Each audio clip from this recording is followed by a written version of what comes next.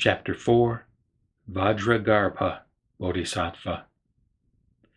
Thereupon, Vajragarbha Bodhisattva, who was in the assembly, arose from his seat, prostrated himself with his head at the feet of the Buddha, circled him thrice from the right, bowed down upon his knees, brought together his two palms with crossed fingers, and said, "O world-honored one of great compassion, you have so well expounded to all bodhisattvas the expedient method of gradual practice, from the cause ground of the great Dharani door to the Tathagata's pure and clean complete enlightenment, so that they and all living beings can be rid of their ignorance.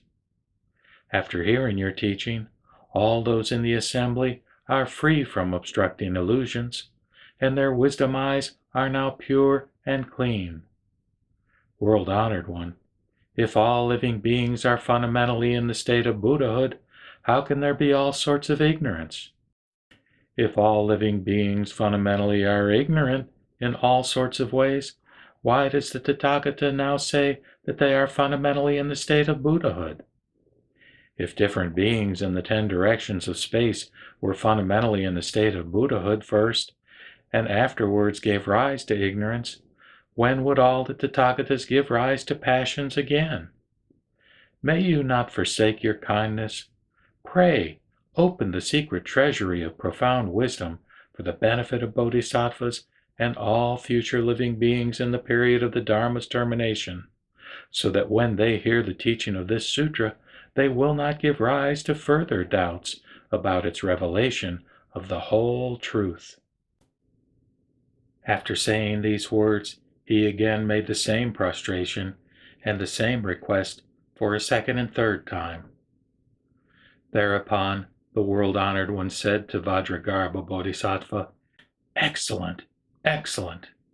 Virtuous man, it is good that for the benefit of bodhisattvas and of future living beings in the period of the Dharma's termination, you are able to ask the Tathagata about the expedient method of practice of the very secret and profound ultimate whole truth.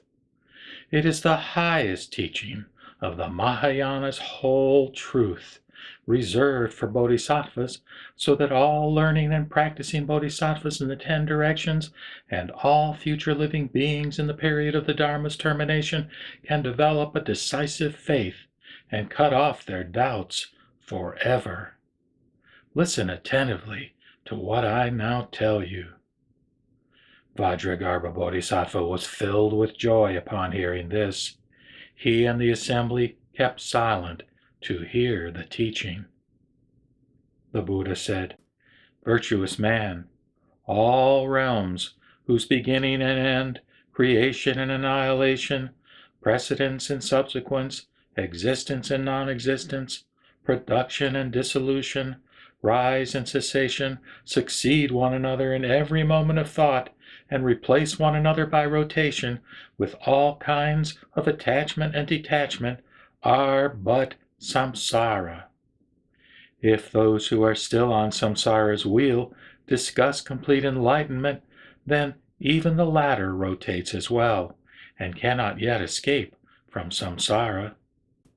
For instance, when sight is disturbed, one can see waves in still water, and when sight is steady, one can see the ring of fire drawn by a circling torch. In the same way, the moon appears to move past floating clouds, and the banks of a river past a boat which is sailing by them. Virtuous man, while there is this movement, even those objects which were unchanging before cannot be found. Still less can the impure mind, which fluctuates in samsara and is still not pure and clean, succeed in looking into the Buddha's complete enlightenment without moving in a circle. Because of this, you give rise to 3 kinds of illusion. Virtuous man, for instance, because of an optical illusion, a flower is falsely seen in the sky. If the illusion vanishes, it cannot be asked, quote, "This optical illusion has vanished, when will others appear?" Close quote. Why? Because the flower and the optical illusion are not mutually dependent. Likewise, when the illusory flower disappears in the sky, it cannot be asked when it will appear again. Why? Because fundamentally, there is no flower in the sky which is beyond creation and extinction. Samsara and nirvana are identical with creation and extinction, but perfect insight into wonderful enlightenment is beyond both flower and optical illusion. Virtuous man, you should know that space neither exists nor is non-existent for an instant. How much more so is the case with the Tathagata's complete enlightenment, which, in accord with space, is its fundamental universal nature. Virtuous man, when, for instance, gold ore is smelted, the fine gold obtained does not exist because of the smelting. As it is fine gold now, it will be so permanently and will never decay. Therefore, it cannot be said that gold fundamentally does not exist. The Tathagata's complete enlightenment is like fine gold. Virtuous man, the completely enlightened minds of all Tathagatas are neither Bodhi nor Nirvana, neither attain nor do not attain Buddhahood, and are neither samsara nor not samsara. Virtuous man, even the Shravakas, who have succeeded in realizing a state where body, mind, word, and speech are entirely extinct, are still unable to enter nirvana, the appearance of which has been evident to them. How much more so are those who use their discriminating minds to fathom the state of the Tathagata's complete enlightenment. The futility of their attempt to do so is comparable to the use of the fire of fireflies to scorch Mount Sumeru. He who uses samsaric mind and samsaric conceptions in his attempt to enter the Tathagata's great ocean of stillness and extinction will never succeed. Therefore, I say that all bodhisattvas and future living beings in the period of the Dharma's termination should first cut off the basic cause of samsara, which has no beginning.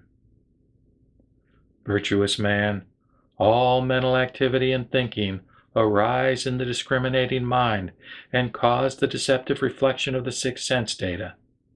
They are not really the substance of mind. If this thinking, which is already like a flower in the sky, is used to discuss the state of Buddhahood, the result will be that that state, which is already an illusory flower, will produce an illusory fruit and will increase false thoughts.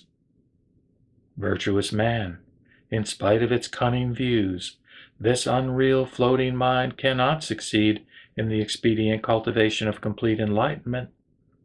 Because of this discrimination, your question is not proper. To repeat his instruction, the world-honored one read the following gatha.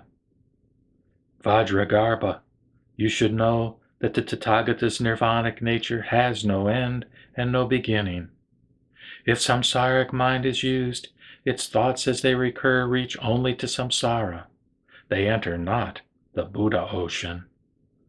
Thus, when gold ore is smelted, gold does not exist because of that. Though it regains its real nature, it needed smelting to be refined. Once it becomes true gold, it cannot be ore again. Samsara and nirvana, all beings and all Buddhas, are but flowers in the sky. Since thinking is but transformation, what from falsity can be expected? If this mind clearly is cognized, true enlightenment can then be sought.